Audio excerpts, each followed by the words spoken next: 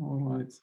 So the chief complaint of the patient that I'm presenting was a 51 years old female presenting with bilateral lower extremity weakness.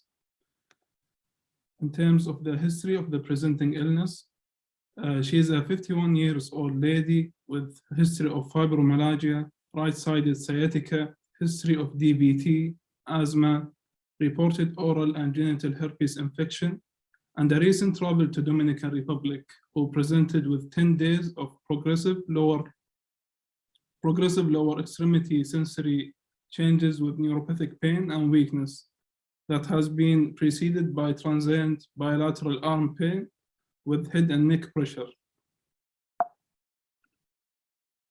She stated that she traveled to Dominican Republic the month prior to her presentation, during which she had some tattoos. On arrival to the US, she had 10 out of 10 generalized pressure type headache that persisted for 1 day. This was followed by weakness and shooting pain in her left arm, then the right arm, then it involved both legs over a period of 3 days. The pain was described as muscle aches and shooting pains, which were different from her usual fibromyalgia pain. She also noted that she had progressive arm and leg weakness.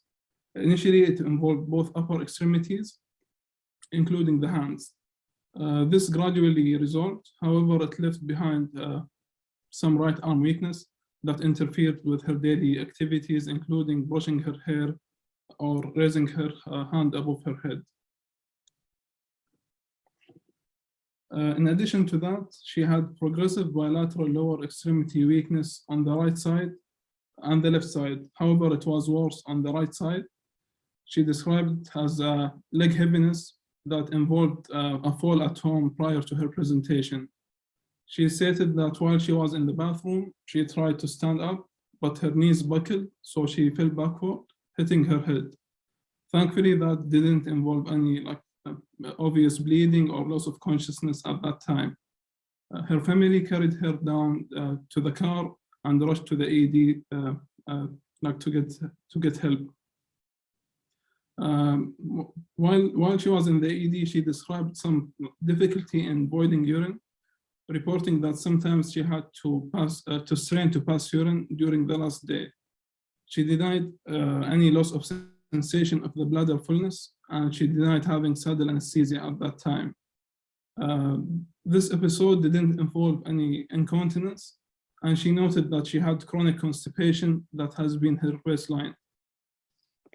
So I know that's quite a bit of information there, given the patient's presentation. So if we wanted to just pause and I guess see if anyone had any other questions about this, or really even if you wanted to comment, I guess, on the things that jumped out at you in the presentation or things you want to know more about, you can unmute yourselves or ask in the chat. Any recent symptoms of upper respiratory illness, like cough, fever? No, she didn't have any recent upper respiratory infection or symptoms. What makes you ask that, Galit? I don't know. I'm trying to think about differential, and this seems like sudden weakness, so some trigger or something. Yeah, I think definitely with her case, there seems to be a lot going on. I know Sal said recent diarrhea. Why do you ask that? I think it might be along the lines of why Galit asked her question, Sal. She didn't have any recent diarrhea. Yeah, so Nadeem is saying, Guillain-Barre Syndrome, definitely something to consider with this. So I think Emily's asking, can you go back a slide? Do you mean the first slide of the HBI, Emily? Over here?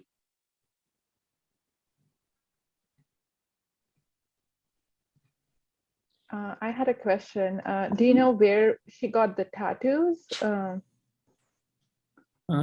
She got it while she was in Dominican Republic, but from what I remember, she said that the place maintained a good hygiene. It was a good place that she got it in.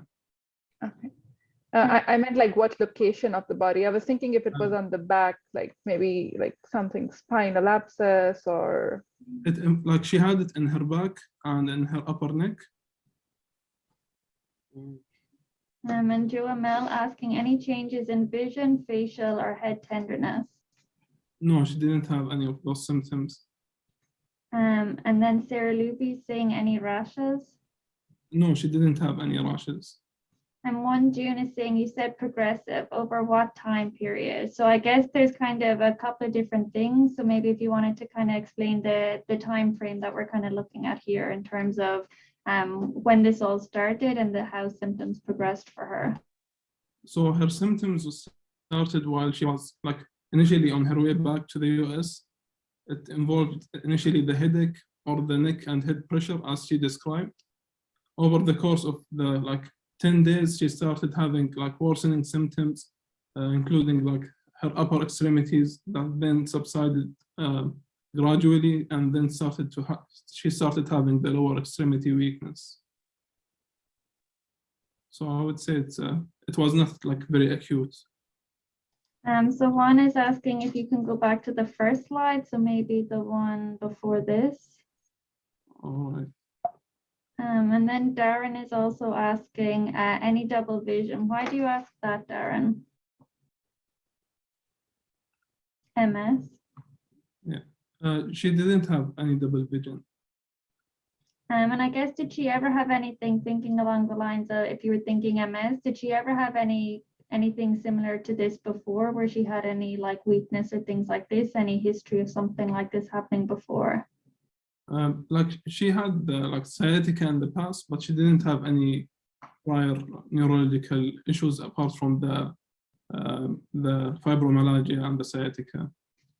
And then Nadeem asking any history of trauma to the back or neck other than the tattoo, I guess.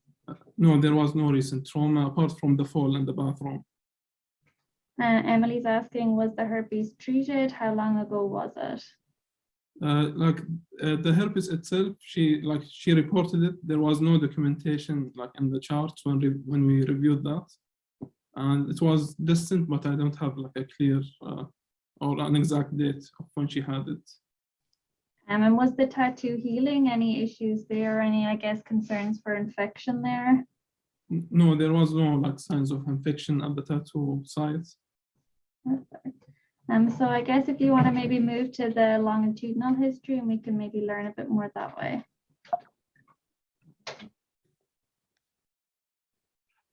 So in terms of the longitudinal history, as described, she had a past medical history of fibromyalgia, asthma, vertigo, gestational diabetes, reported oral and genital herpes infection in the past, shingles of the right back in 2014, history of right leg DVT approximately 10 years ago, and right leg sciatica.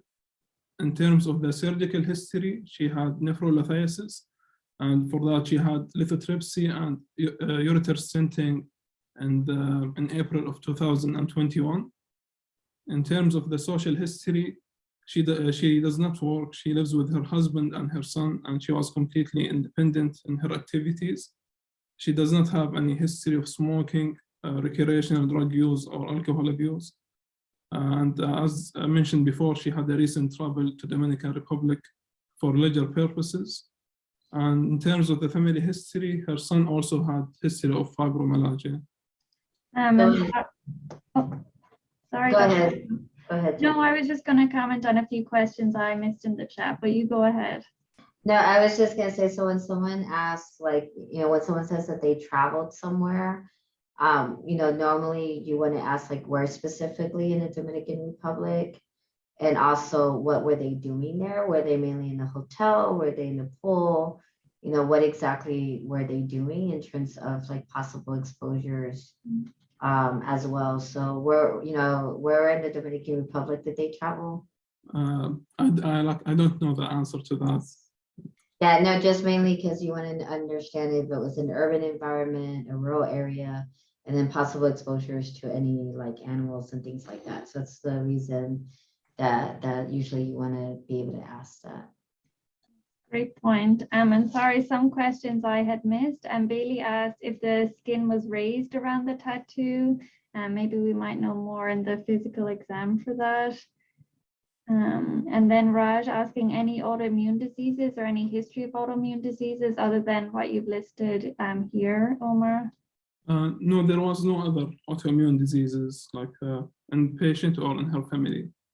And then Nadeem asking if the headache was the worst headache in her life. Like she described it as head and neck pressure rather than like severe headache. So I would say it was a tension headache, and it was not like the worst headache that she've ever experienced in the past. Any dysphagia? No, she didn't have dysphagia.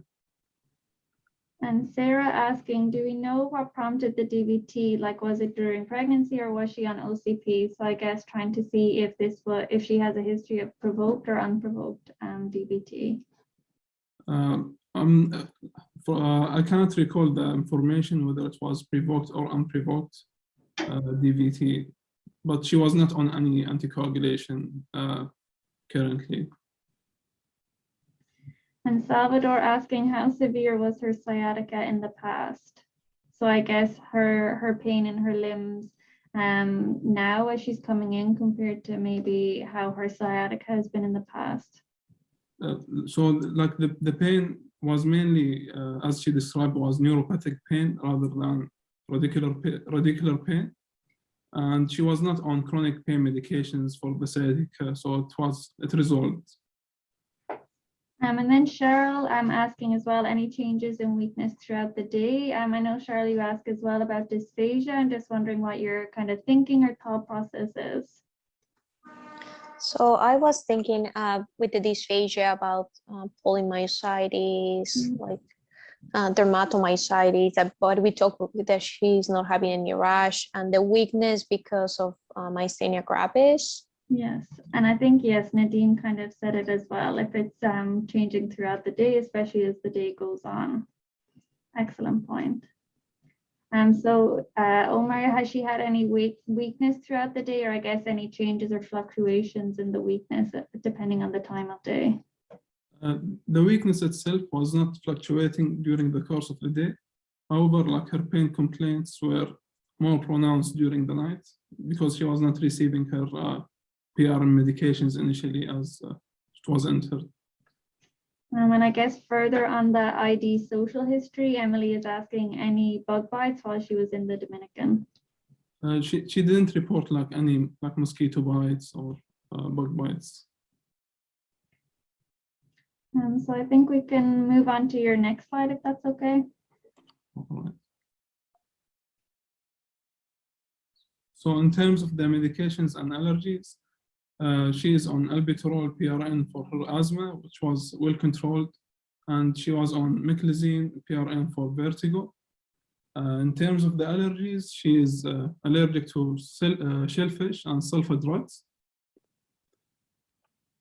Going into the review of systems, it was positive for pins and needles with the leg weakness, the bilateral lower extremity weakness, along with the right upper extremity weakness.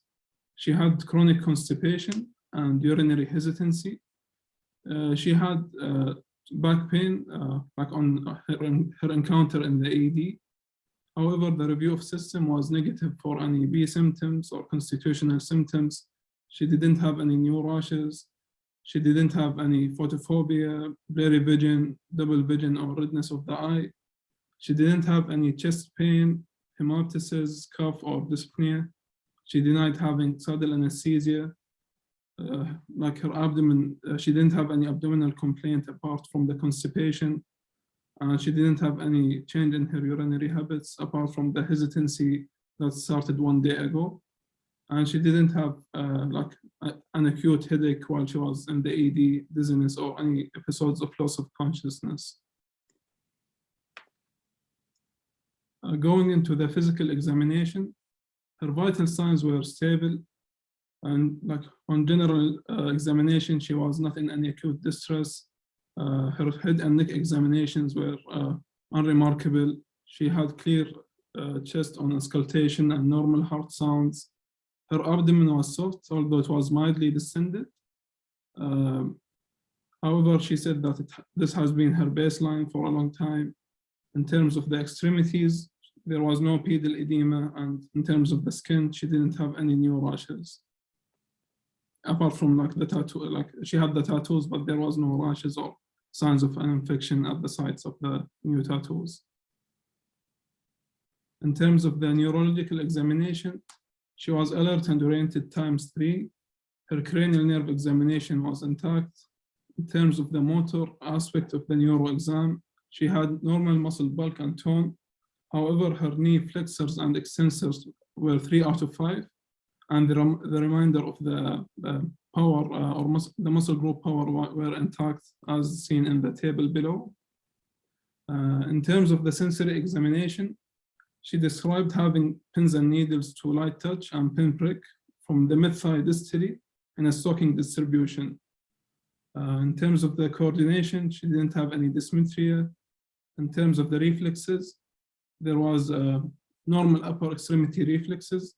However, the lower extremities were remarkable for absent knee reflexes bilaterally. She had positive Babinski sign and no clonus on examination. So I guess based on the physical exam, is there anything that jumps out at anyone or anything anyone was surprised about? I know the neuro exam can be very off-putting for lots of people. Yeah, so the Babinski positive, so she's bilateral upgoing toes, and then she has absent knee reflexes. So it's kind of like a combination of upper and lower for that patient then that we're seeing. And like Darren's pointing out, the lower is greater than the upper weakness. Obviously in the history, we were kind of getting like these like constellation of like having like upper weakness to begin with and maybe lower weakness, but on the like objective neuro exam, it's looking like it's predominantly in the lower extremity. So they're definitely the things that jumped out too.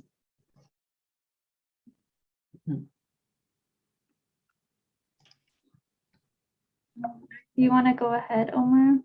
Yeah, so we are going to do the problem representation right now.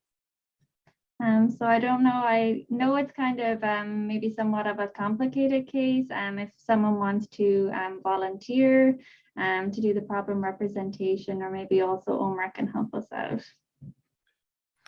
I can give it a shot. Great. It's a middle-aged female with a history of sciatica, and what else did she have?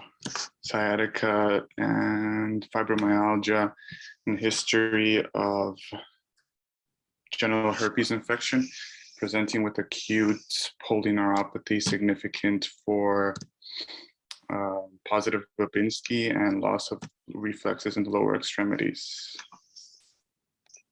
And I think the only other thing I would add is that it's a predominantly lower extremity weakness in the knee region we're seeing, so knee flexors, extensors. So the only thing that I was going to do at this point, if I'll just start sharing my screen, Omar, is just to go through, I guess, with this patient, seem to have predominantly lower extremity weakness, is what we're seeing now. So let me see if I can get this.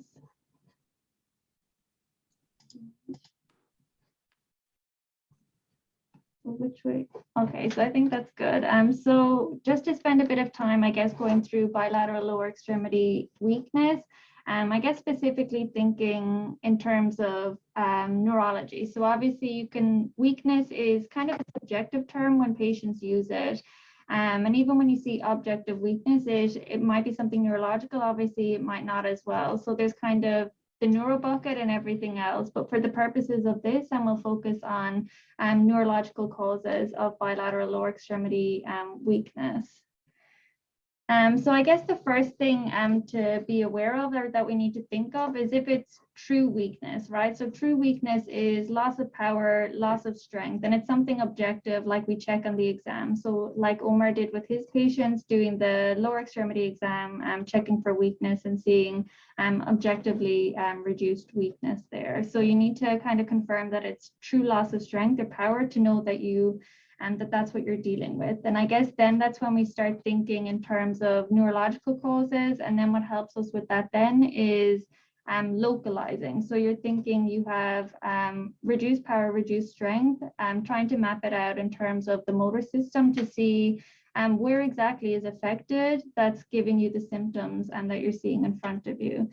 So after you kind of confirm that it's true weakness, trying to localize based on the area of the motor system that might be affected. And I guess the way that we often do this or try to frame this first is seeing what we're dealing with on physical exams. So do we have upper motor neuron signs or lower motor neuron signs, or neither, and we're kind of dealing maybe with muscle? So upper motor neuron signs make us think of the brain, make us think of the spinal cord, and then lower motor neuron signs further down make us think of like our nerve roots and our peripheral nerves. And then outside of that, another thing that can give you weakness is obviously muscle. So there kind of are three buckets or three ways to kind of frame how to start thinking about it as we're trying to map out where it might be affected. So upper motor neuron signs, the way I guess to think of it is like if upper motor neuron signs, your signals go up. So what that means is your reflexes can be increased. So you see hyperreflexia, so increased reflexes, your toes go up. So like the positive Babinski that we saw in our patient. And the other thing, tone can go up. So you start to see spasticity with upper motor neuron lesions. And then with your lower motor neuron signs, so thinking signals go down. So you start to have hyporeflexia or you have absence of reflexes. So like our patient did, she had absent knee-jerk reflexes, I believe. And the other thing as well, tone goes down. So you start to see hypotonia, and then the other toes go down. So that's your normal response that we expect. So I guess that's the key part is identifying on your physical exam what you're dealing with, and then that can kind of help with our framework. So upper motor neuron signs, if we see them, we think brain, we think spinal cord. I guess the things that affect the brain, like not a lot, and I don't think super common, because if you're seeing bilateral lower extremity weakness, you need something that's like sitting in the middle of the frontal cortex, kind of affecting both sides to give you lower extremity weakness.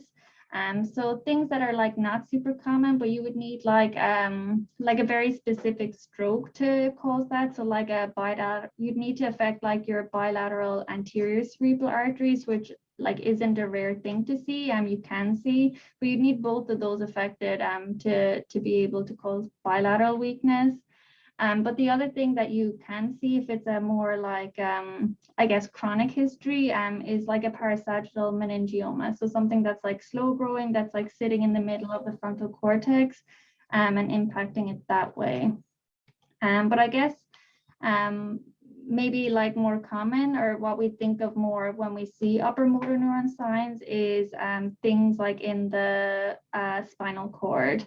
So I guess, can anyone think of like any big buckets, or I guess any specific conditions in the spinal cord that can give you lower extremity weakness? Or even for this patient, things that you're thinking of that could be in the spinal cord that could be causing this for our patient? Yeah, so Nadeem, exactly. Epidural abscess, I think especially for this patient and this history of tattoos, like Arpan correctly asked, exactly where were the tattoos? How are they healing afterwards? And that would be a huge concern in epidural abscess. And for a patient like this, you might expect, like you would expect fever, like elevated white count, and you would expect to see maybe point tenderness on exam as well, depending on where it is. Coda equina, Darren saying, so that would be more like our nerve roots further down. Spine compression for sure, especially for this patient. She has like sciatica, so I guess might have some like disc bulge or something like that there already. And then we have this fall, which, you know, didn't seem like a very severe fall. Obviously, you'd need significant trauma in the absence of like something like osteoporosis to cause that, but like any like spine compression from like trauma or non-traumatic for sure.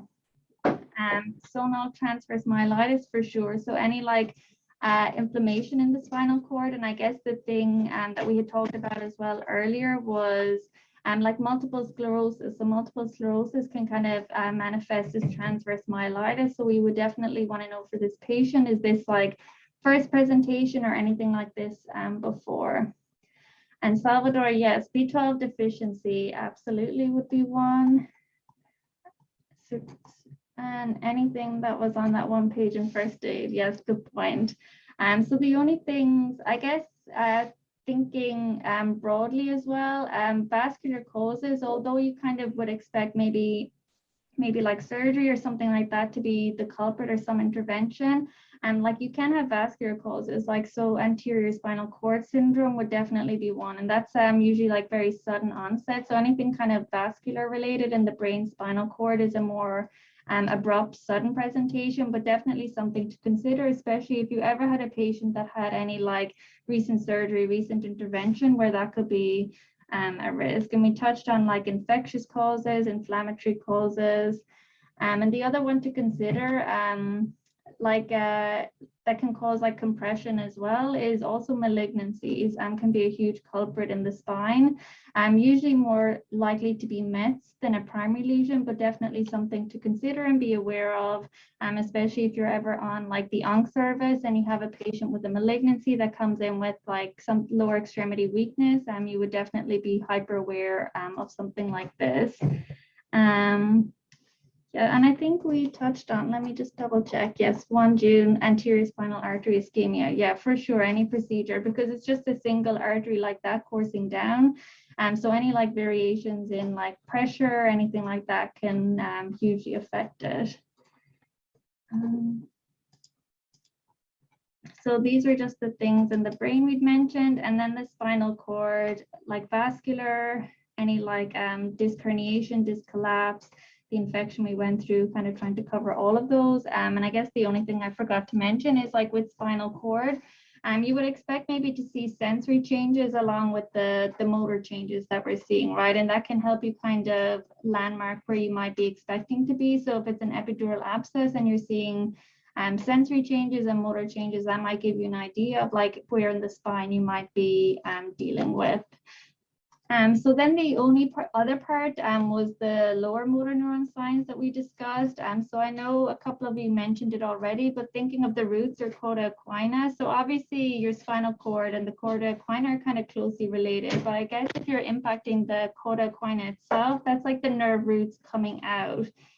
So they're kind of the things that you see affecting that. And I guess the things to be mindful of with that, with those nerve roots, is trying to think of where they're innervating and where they're acting as a way to kind of alert us as to what to ask. So we kind of covered like the red flags to ask in the history, but I guess knowing where these nerves supply, right, they provide sensory innervation for the perineum. So that's why we always ask about saddle anesthesia. That helps us identify that. It also helps for the anal sphincter, which is why in these patients also it's extremely important to always remember to check for rectal tone. If that's absent, definitely high alert for that. And then the other part as well is it will innervate the bladder. So if you have urinary retention, could also be a concern for that. So they're the things on exam you absolutely must look for if you're thinking along these lines. And for our patient as well, she seem to at least have on like history, subjective signs or concerns for urinary retention. But I guess largely the causes of weakness in the spinal cord are kind of similar to the ones in the cauda equina. If you think in like terms of like buckets, like infection, inflammation, disc collapse, and things like that, I guess it just seems to be a bit broader in terms of the infectious causes. That you can have like a lot of viral illnesses that can cause problems there. So these as well, just kind of listing them, and again, malignancy, any tumors, any mass, causing problems there. And peripheral nerves, things that cause like peripheral neuropathies that cause lower extremity weakness. It's obviously like a hugely extensive list, right? It can be like diabetic induced, toxins, metabolic, really huge, lots of different causes.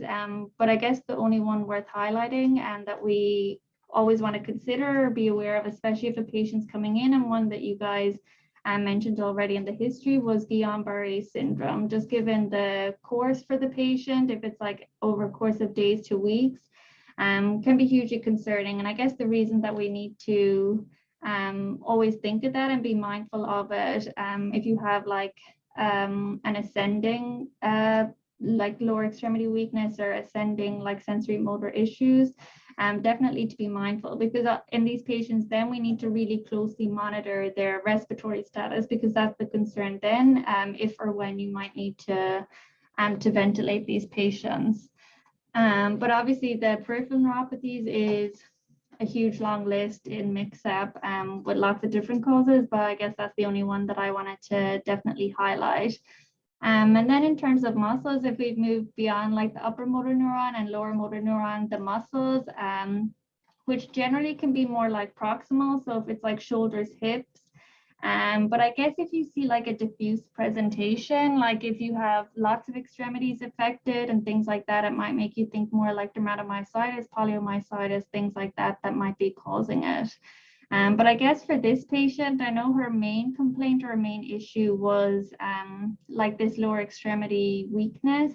But then we had upper motor neuron signs and lower motor neuron signs. So it's kind of tough to be able to piece them all together into like one specific box or one specific diagnosis.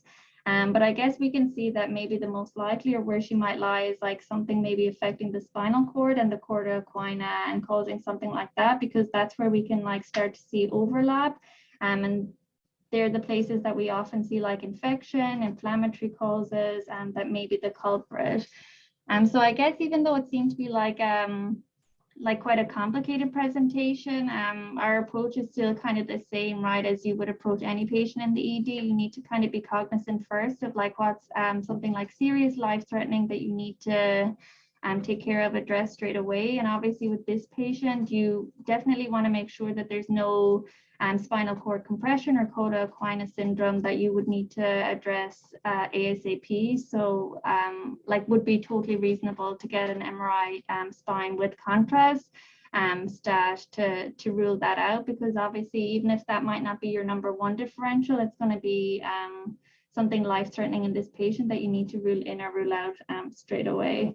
But obviously beyond that, then going into LPs and things like that, it can be tricky. And I know that this patient had quite like a complicated course as well. So I know Dr. Osorio might have seen this patient before, so can hopefully chime in. But Omar, if you wanted to maybe start sharing your screen and go through with us, I guess what happened to this patient or what happened after this.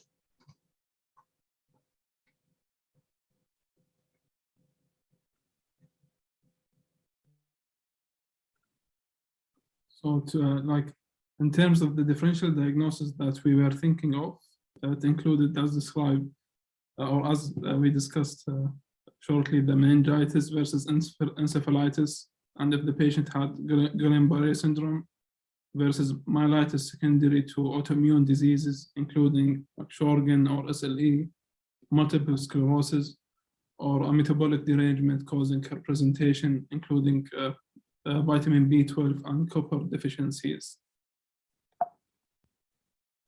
So her initial basic labs came back. Her chemistries were grossly unremarkable. In terms of the CBC, she had anemia, however, like it was a normocytic anemia. She had normal platelet count. Her B12 level came back low at 290. Her UA was negative, and her COVID-19 PCR came back negative. Like after obtaining the labs, there was also a concern if she had a cord compression based on her presentation. So an MRI was done, MRI of the whole spine with and without contrast. And there was no evidence of impingement on the chorda equina per the report. There was no evidence of any cord edema or any mass effect that would explain her presentation. So in terms of the next steps, a lumbar puncture was done, and it came back remarkable for lymphocytic pleocytosis with no albumin cytological dissociation, and her biofire came back positive for HSV2. over here, we can see the lumbar puncture results. On the right column is the patient's CSF results. The opening pressure was 15, which is normal. The CSF appearance was clear. There was an elevated protein at 182 milligrams per deciliter. The glucose was within normal limits. And in terms of the gram stain, it was negative for any organisms, and it showed moderate polymorphs. In terms of the WBC count, sorry, it was elevated at 360 with lymphocyte predominance. So, Omar, sorry, can you remind me, because this was a while back, how long was the MRI versus the LP, like the timeline of like when the LP was done from admission? Because I think the MRI was done at admission, but when was the LP done? There was like 3 LPs that were done during the course of her stay in the hospital. The initial one was like around, I'd say like 1 to 2 days after her admission. Then she got a repeat one during the course of her stay, and the third one done at the 10th day of her stay, I'd say. Yeah, I just want to, I think with her, I remember it wasn't right away. It was within like 24, I think even 48 hours. So I just want to make sure that was put in place first also, because that changes management, right, as time goes on. So. Yeah.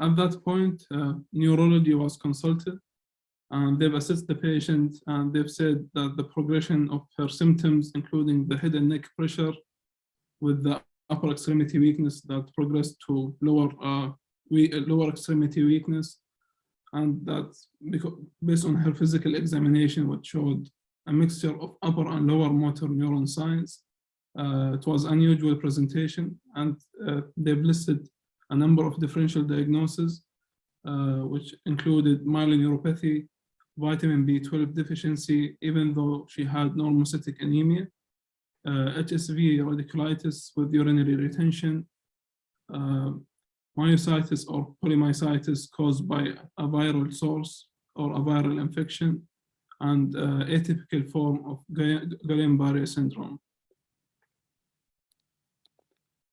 So neurology gave their recommendations, which included obtaining homocysteine and MMA to assess for the B12 deficiency, to send copper levels, and to send for Lyme titers and Sjogren antibodies.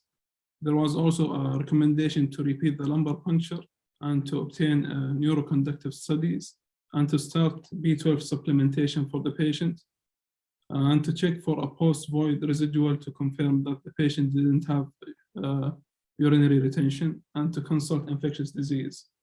The patient was started on aggressive pain control regimen, which included Tylenol, Flexeril, duloxetine, Percocet, and Dilaudid, which helped to alleviate her pain syndrome or pain symptoms.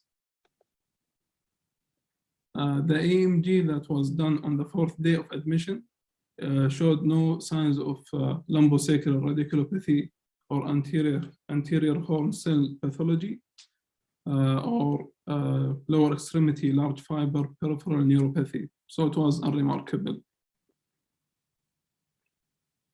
In terms of the labs that were sent, it came back remarkable for elevated inflammatory markers, including an elevated ESR and CRP. The homocysteine was borderline high at 11.2, with the reference range being below 11. The other labs came back normal. At that time, infectious disease were consulted, and they've assessed the patient, saying that the HSV2 positive, like the CSF being HSV positive, can cause radiculopathy. However, on the initial MRI report, it was mentioned that it was not like a normal image or a normal finding. However, ID reviewed the imaging with radiology, and it showed a very faint enhancement in the L4, L5 nerve root. However, it was thought that it might be unlikely to explain her clinical presentation. And the recommendations from ID included obtaining an MRI brain to rule out encephalitis, to start a cyclovir with adequate fluid hydration, and to send for encephalitis panel along with West Nile virus serologies. Over here is the MRI brain that was done. This is a T2 weighted image. It's usually the best modality to look for encephalitis, which will show hyperintensity in the medial temporal lobe. However, it was like unremarkable MRI for the patient.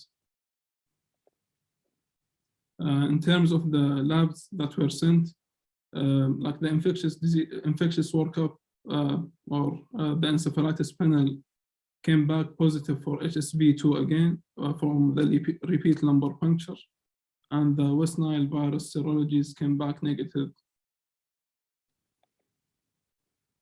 During her course of hospitalization, her exam slightly evolved on the 5th day of admission, with slightly improved hip flexion and normal plantar response on the right side. So the working diagnosis at that point remained HSV2 myeloradiculitis, and neurology recommended to obtain another MRI looking for a new enhancement in the spine. Over here is the repeat MRI of the patient.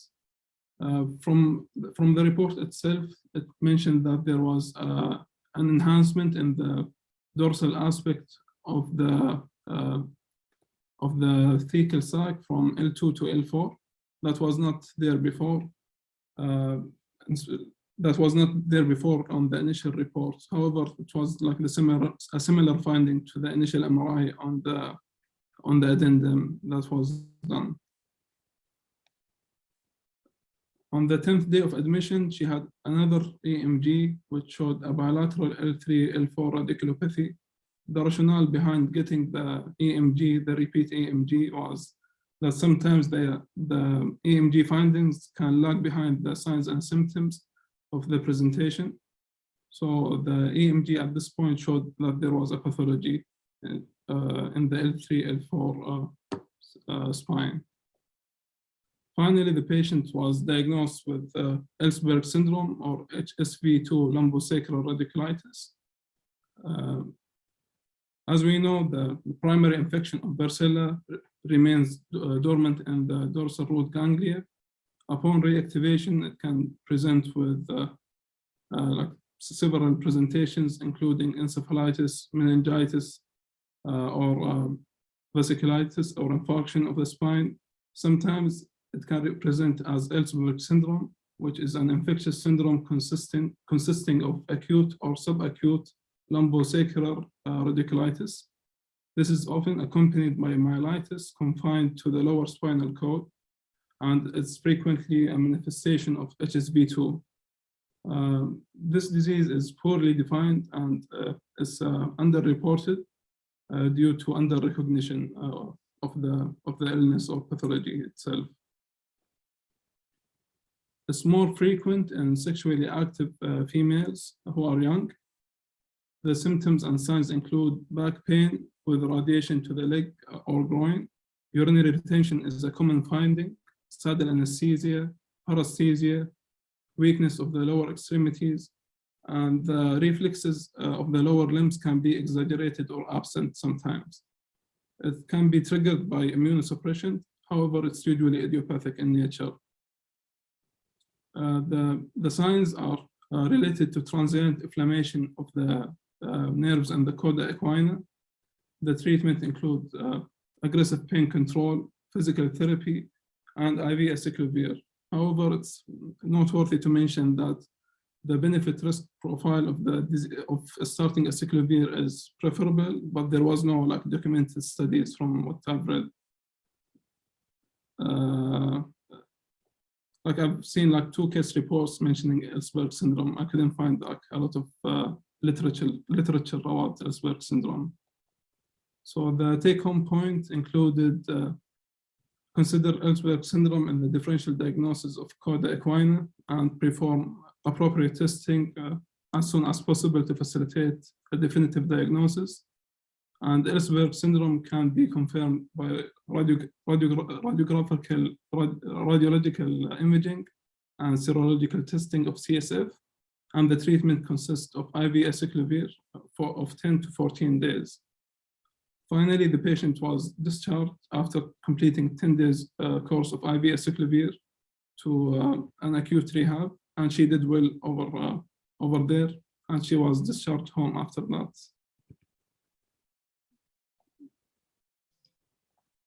Great, thank you so much, Omar, for a great case and a great presentation. Thank you. I guess like the teaching point, I did find an article that I guess I can send to the calendar afterwards, because I was trying to upload it to put it in the chat. So I think like the two things. So one thing that I even stumped one of our former chiefs is the one teaching point I always give is that when you're thinking about HSV, like, you know, a negative test initially does not mean that your diagnosis is excluded.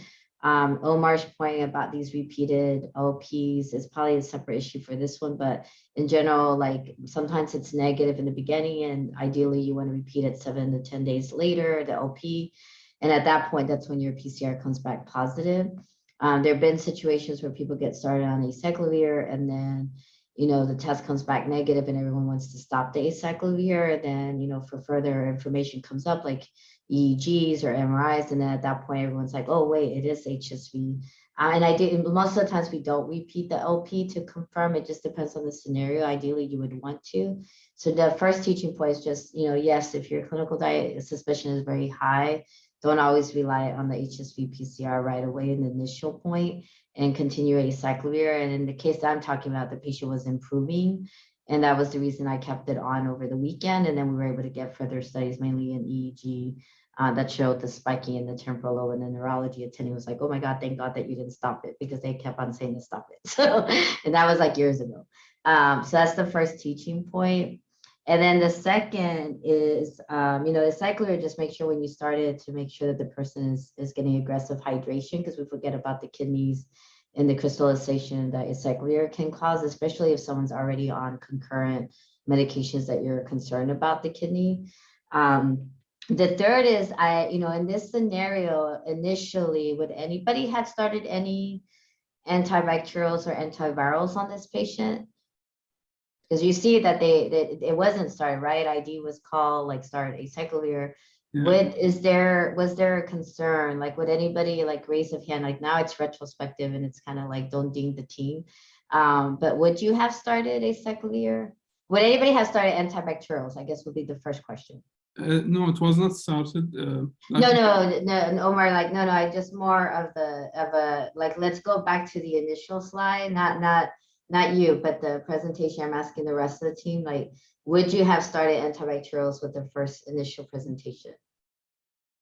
I think, yeah. So I think like most people, you know, because you're thinking meningitis at that point, unless you're ruling out like an abscess, which at that point you would have gotten your MRI and you would have gotten like most likely white count or even possibly fevers. It just depends on the patient.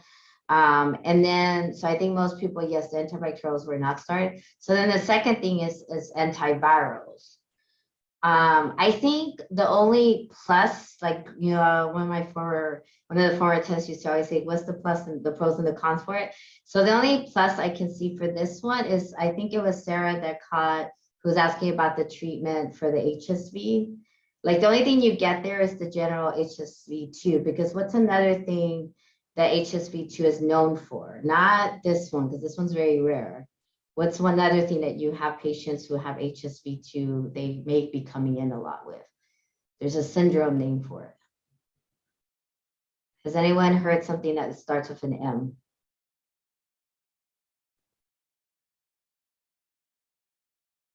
Omar, did you find this or no? No. So has anybody heard of Moralettes? Maybe I'm pronouncing it incorrectly. So it's these individuals. Dr. Angelique, sorry, is laughing. Sorry. No comment from you. So basically recurrent meningitis, and it's really like lymphocytic, but recurrent meningitis, people who have HSV, general HSV, they can come in repeatedly with episodes like basically like meningitis kind of picture, where they're coming in with headache, nuchal rigidity. And we have had cases, I know at Morningside, of patients specifically that I can say come in a lot with this specifically syndrome when I first came here. And at that point, the question is, should this person really be on prophylaxis at that point? And that's really the recurrent issue, and it's not the outbreaks. So just be aware more or less. Suppression than prophylaxis. Yeah, sorry, suppression, not prophylaxis. Very good. So thank you for coming and correcting me. Because yes, at that point would be suppression and not prophylaxis. And that would be more or less. So just, when you look at syndromes, this is very rare. You can also see people rarely with urogenital herpes that will come in with full-blown sciatica, where they can even get like a foot drop in something, and it's just recurrent. So it's just a manifestation of their herpes. It's not common, but when they get it, it's miserable because every time they get a herpes outbreak, they get full-blown, really painful sciatica, and they can't walk. So those people also you want to put on suppression. Suppression. Okay, so that's this one is it's an interesting case because I only saw her the first 3 days, so I didn't get to see like what happened. So it's interesting that again, the acyclovir, she was able to go home, but just the manifestations that you're seeing, like just the inflammatory kind of stage that you really were able to see with the presentation. And I'm glad that she did better because it was a very challenging case when we got on board, because you would see this person completely stable, comfortable, and she would be sitting up on the chair. And the neuro exam was just fascinating because it was always like we were always doing like the neuro exam. In the beginning, I think there was this big talk about B12 being the culprit, and we were like, no, I don't think you can blame everything on B12. And I'm glad that radiology was looked at, and the acyclovir was why we had started it at that point. But at that point, the LP had been done, so that's why the timing of the LP matters, but your suspicion of when you should start. But again, it was mentioned about the benefit versus not. I mean, I trust it just because most of the people I've seen that we continue to clinically improve, but I know the studies are kind of controversial on like its effectiveness when you start studying, but I think no one would err on starting acyclovir on this patient in the very beginning is, I guess, like what I also just want to kind of bring up, because this person wasn't put on anything. Go ahead. Can HSV1 cause all the complications of HSV2, or all the same? I think so. Yeah, there's no reason not to. And 1 and 2, we don't really distinguish anymore, just because of the idea of like basically unprotected sexual activity, oral, vaginal, anal. So 1 and 2, we don't really distinguish. But why do we more commonly see HSV2 infections in the hospital, guys? I think, well, that is I'm asking the residents. Oh. Why is it more common HSV2 that we see when we have people come in like this? How many of you have HSV1, even if you don't know it? 95% of you have HSV1, even if you never had a cold sore, right? Because you're infected when your aunt kisses you when you're a baby and you get HSV1 from her, right? So by the time people are in their 20s, you're positive for HSV1. How many of you are positive for HSV2, even if you don't know it? Even if you haven't had a herpes outbreak? 2/3. Not that many, probably about 40%. When you screen younger people, they've actually been exposed to herpes type 2, even if they hadn't had an outbreak. So it's more common than you think, but not 2/3. Yeah, too, but for me, like I was taught not to even test for serology. No, it doesn't make a difference, right? You're not going to test people, but that's why you see HSV2 much more common in the hospital, because most people already have protection from it. No, and my only point is that sometimes the patients will ask, and then you want to give them this information, because I've been in situations where someone else tests and the wife is, the female patient's basically been married for 30+ years. And then you have to have that conversation of like, yes, you have it, and most likely your husband gave it to you, and maybe he had it beforehand. So that's where it gets, and does it change your management of the patient if they're not having any outbreaks or they're not having any of these syndromes? Not really. So that's where it gets controversial. So I was taught not to check. But depending on the case, I do check it sometimes for the patient. Some of it was because of costs, and it didn't change your management. Any other questions? It was an excellent case, Omar, but this should be written up in ID cases. And from the ID fellowship hat, we do have funding for you to be able to submit it and publish it, as long as the fellows are included in the faculty and the rest of the medicine teams. So I just kind of throw it out there.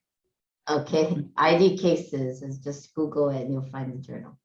Okay, sorry.